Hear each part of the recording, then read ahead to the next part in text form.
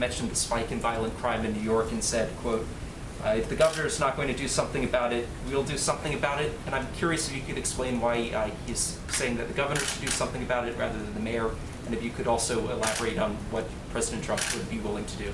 Well, he thinks the mayor and the governor should work together to take control of the streets of New York City, where in some places we've seen 600% surge in violence over last year. So he thinks they should work together. It's ultimately the power of the mayor to enforce, and the governor to enforce the police power of their states. That power rests with them, but they can partner with the federal government in the event they're unable to control the violence in their cities. And that's certainly what we've seen from Mayor de Blasio, who seems to have not a hard time criticizing police officers, but an awfully hard time controlling the streets of New York City.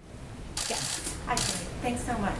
I have two questions on Notes and Cooler for today, one for myself and one for a colleague who cannot be here because of the social distancing. Governor Gavin Newsom was one of the few Democratic governors to bring in the National Guard and arm them after the riots and looting in early June, as compared to Seattle, where they didn't arm the National Guard. The Guard was posted at Los Angeles City Hall as a show of force, and within days the violence had quelled.